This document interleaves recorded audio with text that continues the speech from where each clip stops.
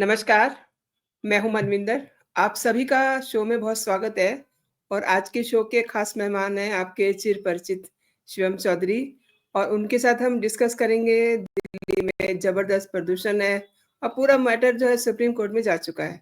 And vote जिहाद मामले में महाराष्ट्र और गुजरात में 24 जगहों पे ईडी की छापेमारी चल रही है इस समय। और ये भी देखते हैं कि योगी इस समय फॉर्म में है, किस तरीके से योगी महाराज ने महाराष्ट्र के सारे समीकरण बदल दिए हैं। तो शिवम जी आपका बहुत-बहुत स्वागत है। नमस्कार। नमस्कार। शिवम जी जानकारी आ रही है कि ईडी ने वोट जिहाद मामले में महाराष्ट्र और गुजरात में 24 जगहों पे छापेमारी की है और पूरा जो मामला है वो नकली दस्तावेजों से जुड़ा हुआ है। क्या मायने हैं इसके और चूँकि महाराष्ट्र में 20 नवंबर को चुनाव भी है, मतदान है। जी मनविंदर जी, सभी दर्शकों को जय श्री राम। जय और श्री आपने राम। प्रदूषण की बात की तो प्रदूषण से तो आप यही समझ जाइए, मुझे शुरू होते ही खांसी हो रही है। तो प्रदूषण तो है, क्योंकि मैं खुद दिल्ली एनसीआर में हूं, तो आप समझ जाइए प्रदूषण का क्या स्तर है। उसके ऊपर बात करेंगे। बिल्कुल। पहले आपने, हाँ, क्योंकि आपने बात की वोट जिहाद की। हमने बहुत तरह के जिहाद सुने, लव जिहाद सुना, लैंड जिहाद सुना, सिनेमा जिहाद सुना, बहुत कुछ है ऐसा। मतलब हर कोई टूल जो इस्तेमाल किया जा सकता है अपने निहित स्वार्थों को सिद्ध करने के लिए एक समुदाय विशेष के द्वारा, उसे आपने जिहाद का नाम दिया। ऐसे एक नया आया, वोट जिहाद। अब तक तो वोट जिहाद को इस तरीके से लिया जाता था कि भैया कम्युनिटी है, स्ट्रेटेजिक रूप से वो इस तरीके से वोट करती थी। कोई भी वो इस तरीके से वोट करती थी कि उसे ये देखते थे कि कहाँ बीजेपी हारेगी। वो ये देखते थे कहाँ हिंदू, जो प्रखर हिंदुत्व की बात करने वाला कैंडिडेट हो, वो बीजेपी का हो या किसी भी पार्टी का हो, शिवसेना का, अब तक कुछ समय पहले तक तो शिवसेना भी उसी कैटेगरी में आती थी, या कोई भी ऐसा कैंडिडेट, कोई भी ऐसी पार्टी जो भारतीय जनता पार्टी के साथ खड़ी हो या खुद में हिंदू हितों की बात करने वाली पार्टी हो, उसे हराना है, उसे वोट जिहाद माना जाता था कि भैया वोट जिहाद स्ट्रेटेजिक वोटिंग होती है। वो हमने 24 में देखा, हरियाणा में देखने का प्रयास किया, महाराष्ट्र में भी है। उसके ऊपर भी बात करूंगा कि किस तरीके से all India Muslim personal law board किस तरीके से वोट जिहाद की इस लड़ाई में कूद पड़ा है। वोट जिहाद के भी अब कई प्रकार है, जैसे होता है ना, सब सब कैटेगराइजेशन आया ना आरक्षण में, ऐसे इसका भी सब कैटेगराइजेशन है, कई तरह का वोट जिहाद है। सबसे पहला वोट जिहाद जो आपने बात की वो ये है कि ईडी ने 24 जगह छापेमारी की है, गुजरात में, महाराष्ट्र में, और बल्कि अहमदाबाद में तो 13 जगह अकेले अहमदाबाद में ही छापेमारी हुई है, मालेगांव में हुई है, ऐसे करके बहुत सारी जगह आप कह सकते हैं 24 जगह वो छापेमारी हुई है। 125 करोड़ रुपए से ऊपर का एक तरीके से कह सकते हैं पैसे भी की भी रिकवरी हुई है, या उससे जुड़े दस्तावेजों की रिकवरी हुई है। साथ ही ये पता लगा है कि किस तरीके से फर्जी दस्तावेज बनाकर अकाउंट खोले जाते थे, फर्जी लोगों के नाम पे अकाउंट खोले जाते थे, और उन अकाउंट के माध्यम से पैसे के मनी लॉन्ड्रिंग करके उसका चुनाव में इस्तेमाल किया जाता था। और वो इस्तेमाल ऐसा नहीं था कि हर पार्टी के लिए था, बीजेपी के खिलाफ किस तरीके से इस्तेमाल किया जाए, एमवी जो महाविकास अघाड़ी है या महाविनाश अघाड़ी, उसके समर्थन में कैसे किया जाए, ये प्रयास किया जा रहा था उन बैंक अकाउंटों के माध्यम से। यही नहीं, उन पैसों का इस्तेमाल किया जा रहा था कि मान लीजिए खाड़ी देश में कोई व्यक्ति है जिसकी वोट है महाराष्ट्र के अंदर, उसके टिकट बुक कराए जाते थे, आने जाने का खर्चा दिया जाता था, ऊपर से पैसा दिया जाता था कि भैया आओ और वोट करो। ऐसा ही हमने केरल में देखा था, ऐसा ही हमने लोकसभा चुनाव में देखा था। केरल में बहुत होता है ये सब कुछ, ऐसा ही प्रयास अब महाराष्ट्र में करने का है कि वहां से लोगों को लाया जा रहा है, उनके टिकट बुक कराए जा रहे हैं और यहाँ लाया जा रहा है। साथ ही फर्जी अकाउंट खुलवाकर किस तरीके से उन पैसों की मनी लॉन्ड्रिंग हो रही है। मनी लॉन्ड्रिंग में आता है आप काले को सफेद करना, उसका फिर अपने हिसाब से अपने हितों के लिए इस्तेमाल करना, वो प्रयास है। तो ईडी ने वो छापेमारी की, बड़ा अमाउंट उसमें निकला है। देखिए, ईडी या सिक्योरिटी एजेंसीज खासकर 4 जून के बाद हमेशा से हमारी ये एक तरीके से शिकायत रहती थी मोदी सरकार से कि आपने सब सेगमेंट में कुछ ना कुछ किया है, लेकिन इंटरनल सिक्योरिटी में आप कहीं ना कहीं फेल हो रहे हैं। लेकिन 4 जून के बाद जिस तरीके से इंटरनल सिक्योरिटी में सरकार काम कर रही है, मैंने किसी और चैनल पे था तो वहां पे इसके ऊपर विस्तृत शो भी किया था कि किस तरीके से लाखों फर्जी पहचान पत्र बनवाने वाले गिरोहों का पर्दाफाश फाश हुआ था। किस तरीके से यूपी में कानपुर, महाराष्ट्र और बंगाल, ये 3-4 ऐसी जगह थी जहां से जुड़े हुए लोग थे कि एक एक आदमी के पास एक एक 1.5-2-2 लाख लोगों का डेटा है। सब फर्जी है, सब बांग्लादेशी है, सब रोहिंग्या है। उसे इस देश में लाकर यहाँ का नागरिक बनाने का जो कार्यक्रम था वो चल रहा है। तो आप पहले बाहर से इलीगल इमिग्रेंट लाइए, उन्हें नागरिक बनाइए, फिर उनके खाते खुलवाइए, उसमें पैसा डालिए, उस पैसे को चुनाव में इन्फ्लुएंस करिए। ये दिखाता है कि किस संगठित रूप से पूरा का पूरे भारत के डेमोक्रेटिक प्रोसेस को इन्फ्लुएंस करने का प्रयास है। मुंबई, जिसकी आबादी 1961 और 51-61 के आसपास 88% होती थी हिंदुओं की, आज वो घटकर 66% हो गई है और कहा जा रहा है कि कुछ समय में ये 54% के आसपास आ जाएगी। मुंब्रा, जिसके नाम पर मुंबई पड़ा है, वो मुंब्रा जगह, वहां पे हिंदू माइनॉरिटी ऑलरेडी हो चुका है। ये हालत है पूरे के पूरे महाराष्ट्र की। तो अब आप ये मानकर चलिए मुंबई की 36 सीटें आती है, जो मुंबई मेट्रोपॉलिटन जो एरिया है उसके अंदर, उसमें से कई सीटें ऐसी हैं जहां पर इनके वोट के हिसाब से चीजें तय हो रही हैं। महाराष्ट्र में ज्यादा सीटें नहीं है, लेकिन मुंबई रीजन में काफी ऐसी सीटें हैं। तो भारत का अर्थतंत्र वहां से चलता है, आर्थिक कैपिटल भारत की वो है। अगर वहां पर किसी समुदाय विशेष का कब्जा हो जाए और उसमें जब ज्यादातर बांग्लादेशी या रोहिंग्या बहुत एक बहुतायत में हो, तो आप समझिए किस तरीके से पूरे के पूरे इकोनॉमिक प्रोसेस को, पूरे डेमोक्रेटिक प्रोसेस को, पूरे सोशल प्रोसेस फैब्रिक को, साथ ही नेशनल सिक्योरिटी के लिए किस तरीके से थ्रेट हो सकता है, ये आप समझ जाएं। और ये सिर्फ ये नहीं है कि भैया वोट आ रहे हैं, जब डेमोक्रेटिक प्रोसेस चेंज होता है ना, तो आपका लीडर चेंज होता है। फिर वो लोग अपने हिसाब से उस लीडर को कुछ करने के लिए कहेंगे, और वो जब विधानसभा या लोकसभा में जाके बैठेगा, तो वो पूरे राज्य या पूरे देश के जो निर्णय होंगे उनको इन्फ्लुएंस करेगा। तो आप इसे छोटी सी बात मानिए कि भैया 10 फर्जी वोट पड़ गए, 20 फर्जी वोट पड़ गए, नहीं, उससे लीडरशिप चेंज हो रही है, उससे नीति निर्धारण चेंज होगा, उससे भारत का उस राज्य का भविष्य तय होगा। यहाँ सिर्फ 10 वोट, 20 वोट, 50 वोट की बात नहीं है, यहाँ पूरे के पूरे सिस्टम को किस तरीके से ऑल्टर किया जाए। अभी तो शायद 100 वोट होंगे, अगले इलेक्शन में 1000 हो जाएंगे, फिर 10,000 भी होंगे, फिर 1 लाख भी होंगे, फिर तो सब कुछ उन्हीं के हाथ में होगा ना। तो खेल तो पूरा एक तरीके से शुरू हो गया है अब, लेकिन इसका रिजल्ट आपको 10-15 साल में दिखाई देगा, तब तक बहुत देर हो चुकी होगी, आप समझ भी नहीं पाएंगे, आपके हाथ से गाड़ी निकल चुकी। जी मनविंदर। शिवम जी, आप बिल्कुल सही कह रहे हैं, लेकिन योगी आदित्यनाथ इस समय बिल्कुल फ़ॉर्म में हैं और ऐसा हाँ नहीं मैं लग रहा है कि हाँ मनविंदर उन्होंने जी, हाँ मैं जी, आपको सब कैटेगराइजेशन की जो बात कह रहा था, उस सब जी, कैटेगराइजेशन में वोट ज्यादा का एक और वो तो छूट ही गया। उसके बारे में आपको बता देता हूँ। जो ऑल इंडिया मुस्लिम जी। पर्सनल लॉ बोर्ड है, उसने 269 सीट पे महाविकास अघाड़ी को अपना समर्थन दे दिया, और जो बची हुई सीटें हैं उसके ऊपर उसने ये कह दिया कि भैया हम इस पे एआईएम को समर्थन देंगे, इसमें हम फिर ये आप समर्थन देंगे जो समाजवादी पार्टी है उनको। तो उन्होंने साफ साफ कह दिया है कि भैया जो हमारे जितने भी अंडर में जितने भी लोग आते हैं, जिन्हें हम इन्फ्लुएंस कर सकते हैं, हम उन्हें साफ साफ तौर पर कह रहे हैं, महाविकास अघाड़ी को वोट दीजिए, महायुति को हराइए। तो किस तरीके से मास मोबिलाइजेशन हो रहा है ग्राउंड स्तर पे, मस्जिदों से घोषणा होनी, जो वो उनके उलेमा है, जो उनके मौलाना है, जो भी उनके समाज के जो लोग हैं, किस तरीके से वो एक-एक वोट को सुनिश्चित कर रहे हैं, एमवीए को जाए और जाए, कोई वोट खाली ना रहे। आप देखिएगा वोटिंग परसेंटेज उन लोकेलिटीज में, उन गेटोज में आपको ज्यादा मिलेगा। एग्जाम्पल देख लेते हैं ना कि किस तरीके से मोबिलाइजेशन होता है। दूल्हे की सीट तो सभी एक टेस्ट केस है पूरे भारत में, और एक एक तरीके से कह सकते हैं उसके ऊपर सब बात कर सकते हैं कि दूल्हे की सीट पे क्या हुआ। दूल्हे की सीट में 6 कॉन्स्टिट्यूएंसी थी, 5 में बीजेपी जीती, 1,90,000 या 92,000 से आगे थी। दूसरी कॉन्स्टिट्यूएंसी में बीजेपी 1,98,000 से पीछे हो जाती है, सिर्फ एक असेंबली कॉन्स्टिट्यूएंसी में, और वहां 2,500 वोट मिलते हैं बीजेपी को, दूसरे को 1,98,000 के आसपास मिलते हैं। वहीं से वो खेल खत्म, 3,500 4,000 वोट से भारतीय जनता पार्टी का कैंडिडेट हार जाता है। ये होता है, ये है वोट जिहाद, संगठित रूप से ये वोट जिहाद है।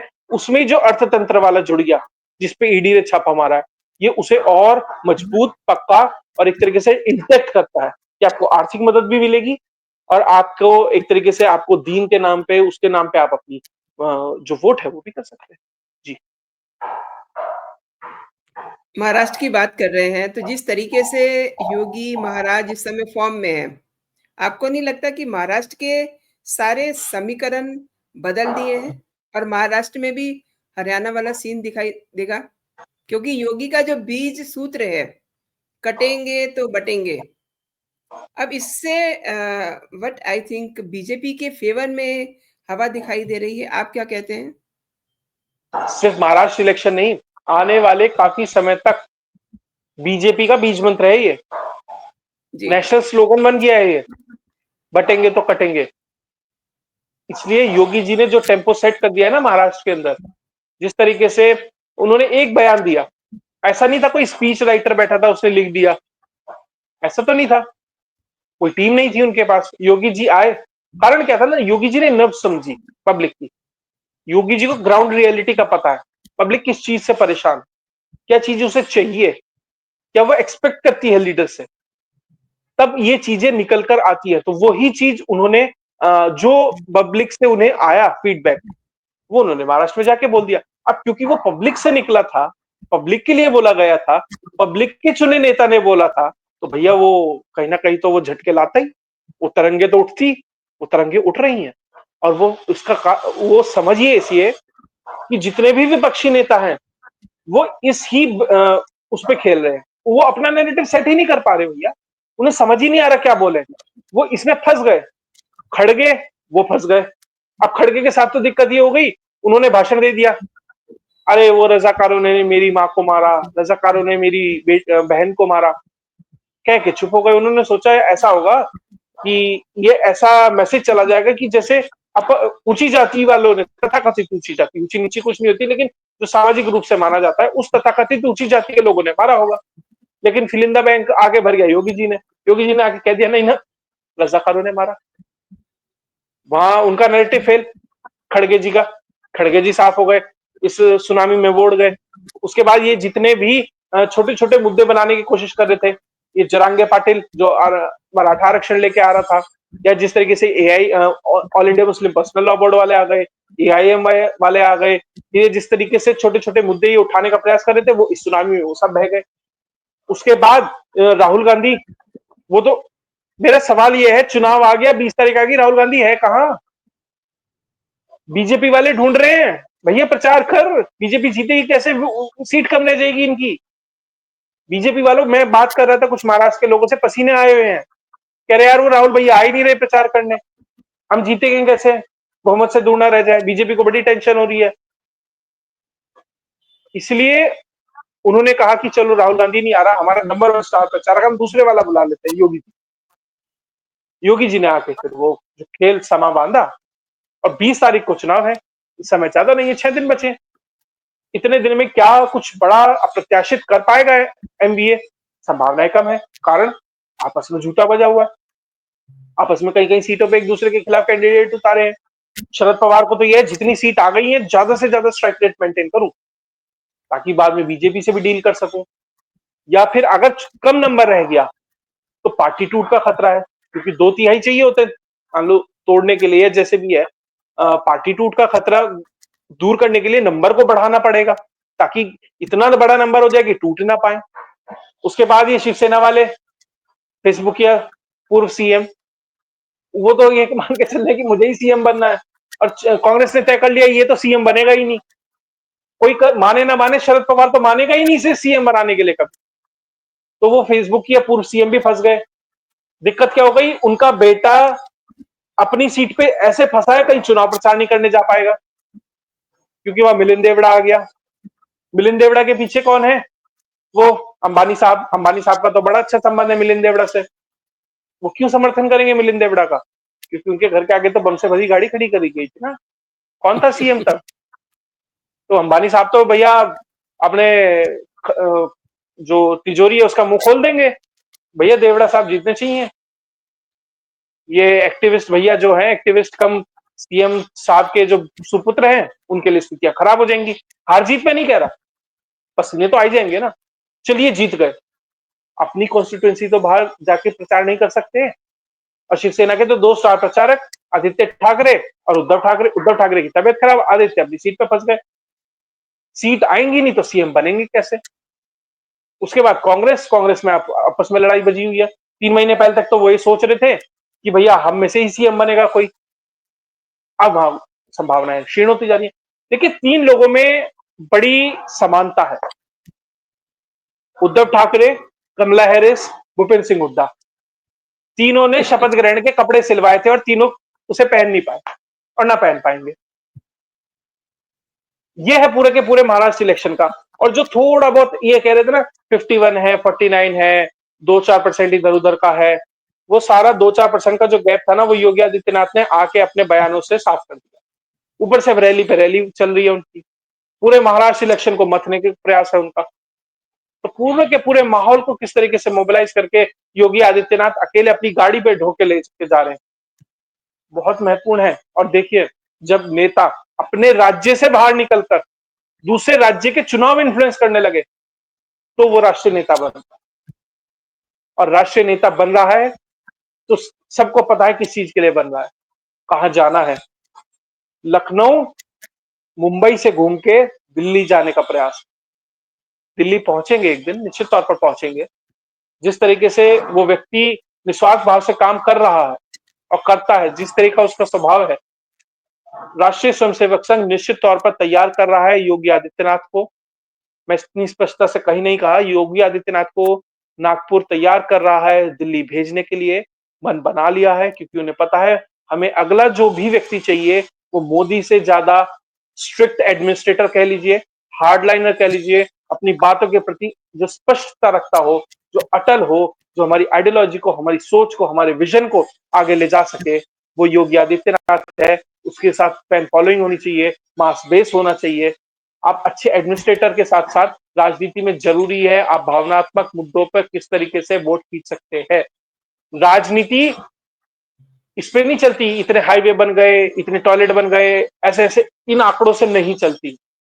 वोट इनसे नहीं आते, अगर आते तो 24 में हाल नहीं होता, क्योंकि कोई कसर नहीं छोड़ी गई सरकार की तरफ।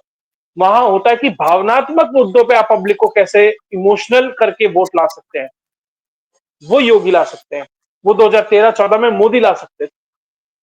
योगी के अलावा मुझे फिलहाल कोई कैंडिडेट बीजेपी में नहीं दिख रहा। अगले 5 साल में आ जाए तो पता नहीं, और 5 साल में इतने बड़े स्तर पर आ भी गया कोई, फिर योगी तो उससे और 5 साल आगे होंगे ना। तो स्थितियां इसलिए योगी आदित्यनाथ सिर्फ महाराष्ट्र इलेक्शन तक उसे उस करिश्मा को आप बांध कर मत रखिए।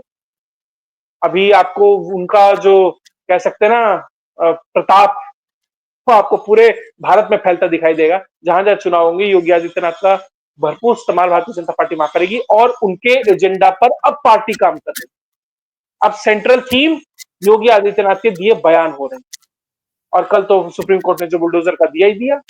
योगी जी को तो कोई बिल्कुल। टेंशन नहीं है, योगी जी तो आराम से मस्त बैठे हैं। हाँ ठीक है, आगे मैं तो पहले भी ऐसे ही काम कर रहा था, अब भी ऐसे ही काम कर रहा हूँ। थोड़ी सी कागज पत्थर बढ़ गई है, 2-4 पेन एक्स्ट्रा घिसने पड़ेंगे, घिस देंगे, क्या हो गया। शिवम भाई, आप बिल्कुल सही कह रहे हैं कि योगी जी बिल्कुल कॉन्फिडेंट हैं और देखिए कैसे इम्पॉसिबल को पॉसिबल बना रहे हैं। और कांग्रेस है कि गलती पे गलती की जा रही है। राहुल को तो हम बोलते ही थे, राहुल गांधी, कि ये कुछ भी बोल देते हैं, लेकिन जिस तरीके से खड़गे गलतियाँ कर रहे हैं, वो वो बहुत हैरान करती हैं, नहीं? खड़गे ने गलती, खड़गे का बयान गलत है, उससे पूरा का पूरा मोमेंटम बदल रहा है। All India Muslim personal law board ने जो ये एक तरीके से सपोर्ट दिया है, वो भी उनके लिए नुकसानदायक है। क्यों? वहां मुस्लिम पोलराइजेशन होगा तो हिंदू होगा, मुस्लिम हो ना हो, वो तो ऑलरेडी हो चुका, जितना होना था वहां सेचुरेशन लेवल आ चुका।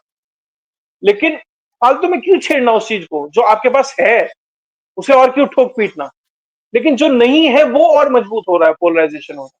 तो खड़गे का बयान हो, AI all India Muslim personal law board का बयान हो, आपका योगी जी का बयान हो, आपका राहुल जी जहां भी मुंह खोलेंगे वो मान लीजिए, ये सब कुछ एमवीए को नुकसान पहुंचा रहा है। हर दिन एक नया जख्म, वो कहती थी ना वो आरफा खानम शेरवानी, हर दिन नया जख्म, वो वाली बात है। हर दिन एक आदमी आता है, कुछ बोल देता है, 2-4 सीटें कम हो जाती। वो सब तो इस समय सदमे में पड़े हुए हैं, शिवम जी। एंड मैं आपको देख रही हूँ कि आप बार-बार खाँसी कर रहे हैं और दिल्ली एनसीआर में कोहरा, स्मॉग बुरी तरह से है और मामला इतना गंभीर है कि 10 फ्लाइट इस समय डाइवर्ट की गई हैं और ये मामला सुप्रीम कोर्ट में पहुँच चुका है। कैसे देखते हैं? कौन है इन देखिए सब पीछे, इन सब गलतियों के पीछे? देखिए, पहले तो इन सभी मिलॉर्ड को मेरा शत-शत नमन, शत-शत प्रणाम। 18 तारीख की तारीख दी है, तब तक तो ये जी। फॉग, स्मॉग अपने आप ही स्वतः इधर-उधर हो लेगा, हवा चल जाएगी, हुँ। बारिश हो जाएगी, 100 तरीके होते हैं। तो भैया आपको संज्ञान लेना तो अब लीजिए। अब स्मॉग टावर अगर बंद पड़े हैं, उन्हें चलवाना है तो अब चलवाइए। पराली जल रही है तो अब जलनी बंद करवाइए। कोई ऐसा मैकेनिज्म आपको लाना है तो वो अब लाइए ना। 4 दिन तक हम सिगरेट, मान लो एक दिन में 30 सिगरेट जितना धुआं हम पी रहे हैं, 4 से 5 दिन में तो मतलब आप 150 सिगरेट तो हम वैसे ही पी जाएंगे। अब हर गरीब आदमी के घर में तो नहीं लगा होता ना एयर प्यूरिफायर। अब वो जज साहब के घर में तो इतना बड़ा लगा होगा, 6-6 फीट वाले बड़े बड़े, सरकारी खर्चे पे, सरकारी बंगले में। हमारा क्या, जनता का क्या होगा? तो और दूसरी चीज, इसमें सबसे बड़ा कलाकार तो वो है जो शांत है, हमारा वो पट्टा दिल्ली वाला, जो कहता जी। अरे वो पंजाब में आते ही ना वो पराली बंद करा देंगे।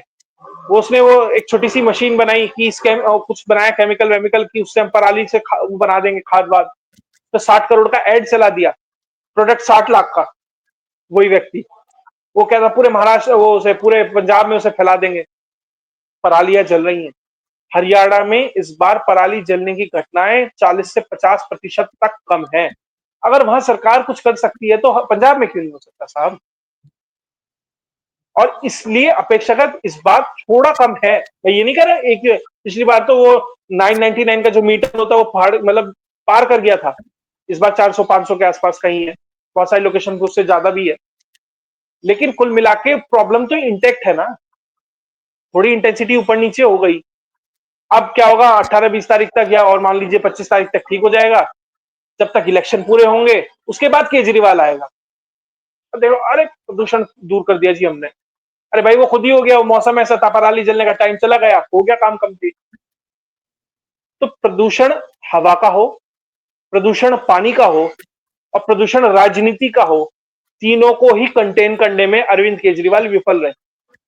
तीनों ही जगह प्रदूषित कर दिया उन्होंने, और आते जितना प्रदूषण फैला सकते थे वो उन्होंने फैलाने का काम किया। तो मुझे लग रहा है भगवंत मान हो, अरविंद केजरीवाल हो, उन्हें अपनी जिम्मेदारी लेनी चाहिए एज एडमिनिस्ट्रेटर। अगर पंजाब और हरियाणा भी, हरियाणा में अगर 50% कम हुआ है तो और भी कम किया जा सकता था। आपके पास 10 साल से आप सरकार चला रहे हैं, 11वें साल में आप आ गए हैं, तो उतनी ही जिम्मेदारी बीजेपी की भी बनती है। ऐसा नहीं है कि वो भैया उन्होंने कुछ बहुत बड़ा काम कर दिया।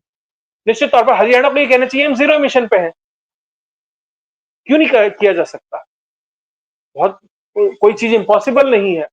देखिए कोई कोरिलेशन नहीं है, लेकिन मैं फिर से योगी से कनेक्ट करता हूँ। इंसेफेलाइटिस की बिल्कुल। दिक्कत होती थी पूर्वी उत्तर प्रदेश में, गोरखपुर और उसके आसपास, हर साल कई सौ बच्चे मरते थे उसमें, और वो कहते थे अरे मच्छर है कैसे कंट्रोल करेंगे, इंसेफेलाइटिस का तो इलाज ही नहीं हो सकता, गंदगी हो जाती है, मच्छर हो जाते हैं, कैसे आप करेंगे? आज सुनने को मिलता है कि इंसेफेलाइटिस से एक भी बच्चा बीमार हुआ, जापानी बुखार कहते थे, खत्म ही कर दिया। तो जहां चाह वहां रहा, तो वो हरियाणा में क्यों नहीं हो सकता? वो पंजाब में, दिल्ली में क्यों नहीं हो सकता? अब दिक्कत क्या है, ज्योग्राफी ऐसी है, हवा चलती है तो वहां से प्रदूषण सारा, वो जो ये प्लेन वाला एरिया है यहाँ के, वो ट्रैप हो जाता है, फॉग से मिलके वो पूरा स्मॉग बन जाता है। हम नहीं दे रहे गाली, पर पाकिस्तान वाले भी दे रहे हैं। वो मरियम नवाज, वो एक भाषण में खड़े होकर कह रही है ये सारा धुआं वहां भी, अब वो लाहौर वर्ल्ड पॉल्यूटेस्ट सिटी बन गया वो स्मॉग की वजह से। वो कह रही है पंजाब वालों का धुआं इधर आ रहा है इंडिया के। तो मतलब केजरीवाल को गाली देश में नहीं पड़ती, वो अंतरराष्ट्रीय एक्सपर्टीज है वहां आम आदमी पार्टी की गाली खाने की। जी। शिवम भाई, महाराष्ट्र में देखिए क्या हाल है, योगी जी के जलवे हैं, और दिल्ली में स्मॉग।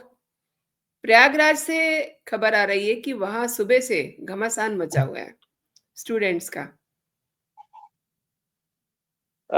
देखिए मनविंदर जी, मैं बहुत हद तक स्टूडेंट की मांगों के साथ खड़ा हूं, बिल्कुल जेन्युइन मांग है, जो बात कह रहे हैं बिल्कुल सही है। सरकार को उनका संज्ञान एकदम से लेना चाहिए। दिसंबर 2023 में नोटिफिकेशन आया कि पीसीएस की परीक्षा होंगी। सबसे पहली बात तो साल भर बाद आपको चुनाव, आप माफ कीजिएगा, चुनाव चुनाव बहुत हो गया, एग्जाम आप करा रहे हैं। उसके बाद एक ही दिन पर आरओ, एआरओ और ये आपका पीसीएस का आप एग्जाम रख रहे हैं। क्या आप एक हफ्ता आगे पीछे नहीं कर सकते थे? 15 दिन आगे पीछे नहीं कर सकते थे? क्या सरकार के पास इतने संसाधन नहीं है? आपने इतनी फीस ली है छात्रों से, वो सब भरवाए हैं फॉर्म वगैरह, तो वो पैसा तो है ना, उसका इस्तेमाल कीजिए। अगर थोड़ा कम पड़ता है, सरकार अपने संसाधनों से इस्तेमाल कर सकती है उस चीज के लिए, क्योंकि वो प्रदेश के लिए ही तो काम आ रहा है ना। सबसे पहली दिक्कत। दूसरी बड़ी दिक्कत, आपने एक एग्जाम दो दो शिफ्ट में कराया है। छात्रों को दिक्कत यह है कि जो उसके बाद आप नॉर्मलाइजेशन कराते हैं, अभी के शिफ्ट ए में आधे बच्चे देंगे, शिफ्ट बी में आधे बच्चे देंगे। अब क्योंकि दोनों एग्जाम पेपर अलग है, तो निश्चित तौर पर उसका रिजल्ट भी अलग आएगा। यानी कि किसी के मान लो इधर 100 नंबर आने थे, उधर 105 आएंगे, कि शायद पेपर इजी हो। वो कह रहे हैं नॉर्मलाइजेशन से नंबर घटा बढ़ा के हमें एडजस्ट कर देंगे। अब नॉर्मलाइजेशन कैसे होगा, क्या उसका फॉर्मूला है, उससे छात्र सहमत नहीं, क्योंकि एक एक नंबर पे कई कई सौ छात्र ऊपर नीचे हो जाते हैं, और यहां तो नॉर्मलाइजेशन में 10 15 20 नंबर तक का भी अंतर आ जाता है। तो वो नॉर्मलाइजेशन वाली जो बात है, जो वो एक ही दिन एग्जाम कराने वाली बात है, छात्रों की मांग बिल्कुल जायज है। सरकार को इस पे बैठकर छात्र संगठनों के साथ ठंडे दिमाग से बातचीत करनी चाहिए। मुझे लग रहा है कि योगी जी आदित्यनाथ को अब इस मामले को अपने हाथ में लेना चाहिए। अधिकारियों के भरोसे छोड़कर कई बार सरकारें खराब हो जाती है। अधिकारी को चुनाव में नहीं जाना, अधिकारी की अकाउंटेबिलिटी नहीं है, अकाउंटेबिलिटी राजनेता की है, अकाउंटेबिलिटी उस मिनिस्ट्री को होल्ड करने वाले मिनिस्टर की है, मुख्यमंत्री की है, पार्टी की है। और पार्टी की अकाउंटेबिलिटी तो ऐसी है, पार्टी के अपने लोग ही ट्वीट कर रहे हैं योगी आदित्यनाथ के खिलाफ। मैं नाम नहीं लूंगा, बड़े राजनेता है, यूपी के टॉप 3 में आप मान लीजिए फिलहाल के समय में, वही सरकार के खिलाफ किस तरीके से बातें कर रहे हैं। तो सरकार को मुझे लग रहा है कि योगी आदित्यनाथ को इसे एक लेना चाहिए इंपॉर्टेंस के तौर पर। 9 उपचुनाव आने वाले हैं आपके सामने, उपचुनाव ना भी हो, छोड़ दीजिए, राजनीति से अलग छोड़िए ना इस चीज को। लाखों छात्रों का भविष्य है, सिस्टम में विश्वास उठता है लोगों का, वो सबसे जरूरी है। जब लाखों छात्र नहीं, लाखों परिवार हैं, एक परिवार में 4 से 5 आदमी भी औसत माने, तो वो लाखों परिवार जब करोड़ों में तब्दील हो जाते, करोड़ों लोगों का सिस्टम में से विश्वास उठ जाना, वो खराब है। पिछली सरकारों में किस तरीके से पैसे लेके धांधली होके चुनाव ये इलेक्शन होते, एग्जाम होते थे। इस सरकार में भी कई पेपर लीक हो चुके, क्यों हुए, क्या नहीं हुए, क्या उसके ऊपर एक्शन लिया, क्या करेक्टिव कोर्स एक्शन हो रहा है, चलिए वो अलग चीज है, सरकार ने प्रयास कर रही है। लेकिन अब कोई नए तरीके की सिरदर्दी लिया है। पहले तो पर्चा लीक की दिक्कत थी, अब पर्चा कराने की ही दिक्कत हो गई जी, पहले कम से कम करा तो पा रहे थे। तो ये सब चीजों को देख के मुझे लग रहा है ये छोटी छोटी छोटी चीजें होती हैं जो डिसकंटेंट में तब्दील होती है किसी सरकार के खिलाफ, किसी सिस्टम के खिलाफ।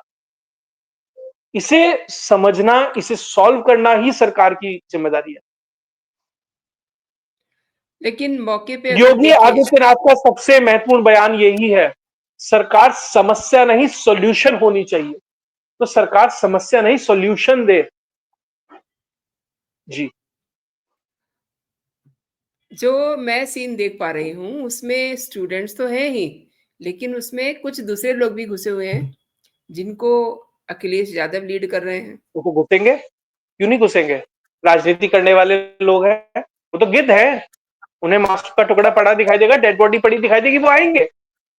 यही तो सरकार की जिम्मेदारी है, वो डेड बॉडी वहां से टाइम पे उठाए। मैं छात्रों को डेड बॉडी नहीं कह रहा, लेकिन मतलब जो प्रॉब्लम है उसे वहां से सॉल्व करे, ताकि गिद्ध ना आ पाए। वो तो आएंगे। गलती वहां उन लोगों की नहीं है जिन्होंने आंदोलन को हाईजैक करने का प्रयास किया, वहां गए। मैं फिर से कह रहा हूं, मैं किसी पार्टी से नहीं जुड़ा, इसलिए मैं कह सकता हूं, गलती उनकी है जिनकी जिम्मेदारी थी कि प्रॉब्लम ना हो। अब उसके लिए कोई भी जिम्मेदार है, कोई अधिकारी जिम्मेदार है, मंत्री जिम्मेदार है, कोई भी हो, right from bottom to top, उसे सॉल्यूशन देना पड़ेगा। क्योंकि छात्र जब उग्र होता है ना, आप किसी भी आंदोलन को संभाल सकते हैं, छात्र आंदोलन को नहीं संभाल सकते, क्योंकि अब छात्र तो में एनर्जी बिल्कुल, बहुत, उसे ऐसा नहीं है कि उसे पैसे से ड्राइव किया जा सकता है, उसके पीछे कोई परिवार ऐसा नहीं होता कि उसे उसकी टेंशन होती है। वो तो मस्त मौला होता है जी, फ्री एनर्जी, फ्री इलेक्ट्रॉन। हम उसमें पढ़ते थे, फिजिक्स केमिस्ट्री में पढ़ते थे, फ्री इलेक्ट्रॉन्स होते हैं। हुँ। और जब फ्री इलेक्ट्रॉन बहता है ना, तो करंट आता है, और जब वो करंट आता है ना, तो बड़ी बड़ी सरकारों को झटके लगते हैं। तो उस फ्री इलेक्ट्रॉन को बहने से रोकिए, वो सप्लाई लाइन काटिए, ताकि कोई और आके उसमें अपनी कटिया ना डाल दे और आपका करंट अपना ना चुरा ले। बिल्कुल सही कहा आपने शिवम जी, और आपने कई पहलुओं पर मेरे दर्शकों को बहुत महत्वपूर्ण जानकारी दी है। चलने से पहले सभी से अनुरोध है कि चैनल को सब्सक्राइब कर लीजिए और सभी राष्ट्रवादी, नेशनलिस्ट चैनल के प्रति अपना स्नेह, सपोर्ट बनाए रखिए। शिवम भाई बहुत-बहुत थैंक्स। जय हिंद, जय भारत। जय हिंद, जय भारत।